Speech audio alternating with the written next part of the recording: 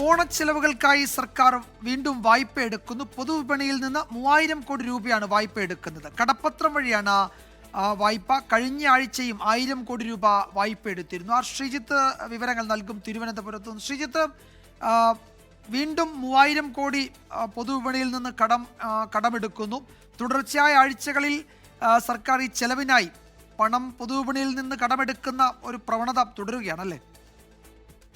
വിജയകുമാർ, ഓണച്ചെലവുകൾക്ക് വേണ്ടിയാണ് ഇപ്പോൾ സർക്കാർ തുടർച്ചയായ ആഴ്ചകളിൽ ഈ വായ്പയിലൂടെ പണം കണ്ടെത്തുന്നത്. ഈ വരുന്ന ആഴ്ച ചൊവ്വാഴ്ച 3000 കോടി രൂപ പൊതുവിപണിയിൽ നിന്ന് കടമെടുക്കാനുള്ള തീരുമാനമാണ് ഇപ്പോൾ പുറത്തു വന്നിരിക്കുന്നത്. പൊതുവിപണിയിൽ നിന്ന് കടപ്പത്രം വഴിയാണ് 3000 കോടി രൂപ ശേഖരിക്കുന്നത്. ഓണച്ചെലവുകൾക്ക് ഏതാണ്ട് 19,000 കോടി രൂപയാണ് സർക്കാരിന് ആവശ്യമായി വരിക. വർഷാന്ത്യ ചെലവുകൾ നടക്കുന്ന മാർച്ച് മാസത്തും പോലെ തന്നെ സർക്കാരിന് ഏറ്റവും കൂടുതൽ ചെലവ് വരുന്ന മാസമാണ് ഈ ഓണക്കാലം. ഉത്സവ ബത്ത, ബോണസ് അടക്കമുള്ള ആനുകൂല്യങ്ങൾ, ക്ഷേമ പെൻഷൻ ആനുകൂല്യം തുടങ്ങിയവയ്ക്കാണ് പണം കണ്ടെത്തേണ്ടത്.